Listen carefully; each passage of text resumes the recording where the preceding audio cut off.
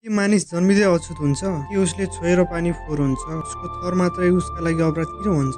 हामी 21औं शताब्दीको नेपालमा छौँ, जहाँ संविधानले सबैलाई बराबरी अधिकार दिएको छ। तर अझै पनि यथार्थ यति कटु छ कि यहाँ दलित हुनु भनेको जन्मदेखि नै दोस्रो दर्जाको नागरिक हुनु हो। आज हामी यो भिडियोमा बहस गर्नेछौँ नेपालको एउटा यथार्थ। हामी सबै नेपाली बराबर भन्ने देशमा बाँचिरहेका छौँ, तर अझै पनि कतै न कतै जात भन्ने शब्दले कसैको जिन्दगीलाई थिचिरहेको छ।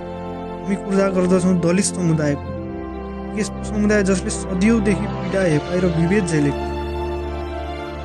आज हामी बुझ्नेछौँ दलितहरू किन पछाडि पारिए, समाजले अझै पनि किन उनीहरूलाई बराबरी दिन सकेन।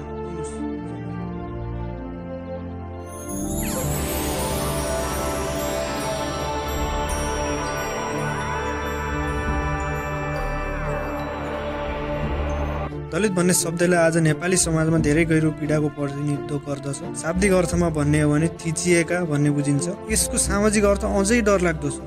दलित समुदाय भन्नाले त्यस्ता जातीय वर्गलाई जनाइन्छ जहाँ परम्परागत हिन्दू वर्ण व्यवस्था अनुसार तल्लो तहमा राखिएका थिए, जसले अछुत भनेर छुट्याइन्थ्यो। परम्परागत हिन्दू वर्ण व्यवस्था अनुसार ब्राह्मण, क्षेत्री, वैश्य र शूद्र गरेर 4 प्रकारमा बाँडिएका थिए।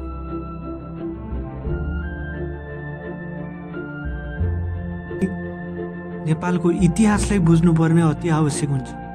विक्रम 1400 तिर राजा जयस्थिति मल्लले जातको आधारमा पेशा निर्धारण गरे।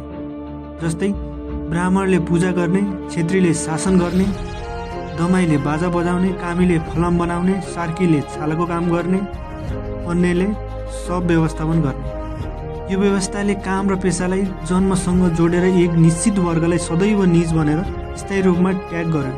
त्यसपछि यो चलन चल्दै गयो र 1910 को मुलुकी ऐन जुन जङ्गबहादुर राणाद्वारा निर्देशित थियो, त्यसमा मान्छेहरूलाई 4 वर्गमा विभाजन गरियो। जस्तै तागादारी ब्राह्मण, मुसलमानी क्षेत्री, पानी चल्ने छुन मिल्ने, पानी नचल्ने छुन नमिल्ने। माझै गएको परे भनेपछि पानी चल्ने छुन मिल्नेमा व्यापारीहरू परे, पानी नचल्ने छुन नमिल्ने जसमा दलितहरू, श्रम व्यवस्थापन। त्यो ऐनले दलित मन्दिर जान, धारा चलाउन, शिक्षा लिन निषेध गरिएको थियो। के यो विभाजन धर्मको नाममा गरिएको एक गम्भीर सामाजिक अपराध होइन र? तथापि विक्रम 2019 सालमा राजा महेन्द्रले नयाँ मुलुकी ऐन ल्याए, जसमा जातीय विभेद हटाइएको घोषणा गरिएको थियो। तर त्यो व्यवहारमा लाग्नु भने अब कुरा गरौँ संविधानको। विक्रम 2072 सालमा नयाँ संविधानमा भनियो जातीय भेदभाव गैर कानुनी छ। तर यस्ता शब्द धेरैले सुनेका छन् तर बुझेका छैनन्। आज म यही कुरा बुझाउने प्रयास गर्नेछु। जातीय भेदभाव गैर कानुनी छ र यस्ता शब्द धेरैलाई थाहा नहुन सक्छ। यो कुरा म आज बुझाउने प्रयास गर्नेछु। धारा 18 समानताको अधिकार उपधारा 2 मा के भनिएको छ भने जात, धर्म, लिङ्ग, जातीयता, वर्ग, भाषा, क्षेत्र आदि कारणले विभेद गर्न पाइँदैन भनेर भनिएको छ।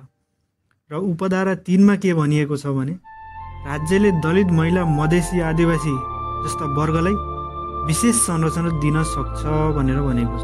यसको अर्थ दलित हुनुको आधारमा तपाईँले अवसरबाट वञ्चित गर्न पाइँदैन भनेको हो। धारा 40 मा दलित अधिकार भनेर भनेको छ। त्यसको उपधारा 1 मा के भनिएको छ भने दलितलाई सामाजिक, शैक्षिक, आर्थिक, राजनीतिक क्षेत्रहरूमा समान पहुँच दिने व्यवस्था भनेर भनिएको छ। उपधारा 2 मा के भनिएको छ भने शिक्षा, स्वास्थ्य, रोजगारीमा आरक्षण, सार्वजनिक सेवामा सहभागी हुन विशेष कानुनी अधिकार भनेर भनिएको छ। यसै गरी उपधारा 3 मा के भनिएको छ भने छुवाछुत, बहिष्कार र अपमानजनक व्यवहारको कानुनी सजायको व्यवस्था हुनेछ भनेर भनेको छ। तथापि कानुन तपाईँको पक्षमा छ। विभेद आज पनि जीवित छ। हामी सहरमा बस्छौँ, फोन, इन्टरनेट, संविधान सब कुरा छ। तर सोच, हामी सहरमा बस्छौँ, फोन, इन्टरनेट, संविधान सबै कुरा छ। तर सोच भने अझै पुरातनवादी नै छ। कोठा भाडा दिनु अघि कर सोधिन्छ, बिहे गर्दा जात मुख्य समस्या बन्छ। धेरै घटनाहरू छन् जस्तै नवराज विगत जसले अन्तर्जातीय प्रेम गर्दाखेरि।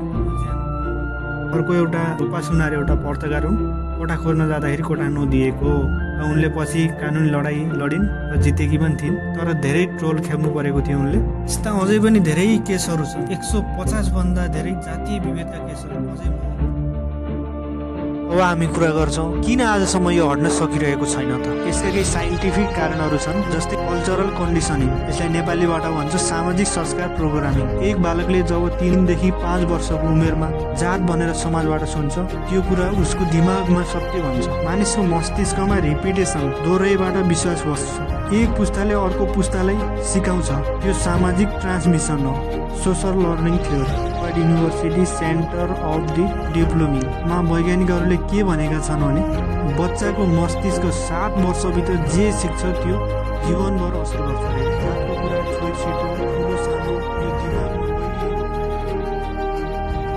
कन्फर्मेसन बेस, जे विश्वास गर्यो त्यही प्रमाणित खोज्ने। जस्तै हामी पुरानै विश्वास पुष्टि गर्ने खोज्छौँ। मानव कसैले भन्छ दलितहरू अल्छी हुन्छन्, उसले सफल दलित नदेख्ने, गाली गर्ने मात्र देख्ने। किन?